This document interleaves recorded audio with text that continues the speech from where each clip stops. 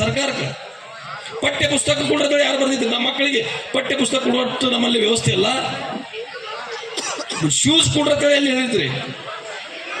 ಅದು ವ್ಯವಸ್ಥೆ ಮತ್ತೆ ಅದು ಮಾತಾಡ್ಲಕೈತೆ ಅಂದ್ರೆ ಮತ್ತೆ ಬೇರೆ ಕಡೆ ಹೋಗ್ತದೆ, ಡೈವರ್ಷನ್ ಆಗ್ತೈತೆ. ಅದು ನಮ್ಮ ಕಮಿಷನ್ಕ ಎಲ್ಲರೇ ಅದು ಮತ್ತೆ ಮಾತಾಡಕ್ ಹೋಗ್ಬೇಕಾದ್ರೆ ಬೇರೆ ವಿಷಯಕ್ಕೆ ಡೈವರ್ಸ್ ನೀವೇ ಇದಿರಲಿಲ್ಲ ಏನ್ ಮಾಡ್ತಾ ಇದ್ದೀರಿ ಅಂತ ಕೇಳ್ಬೋದು ನೀವು.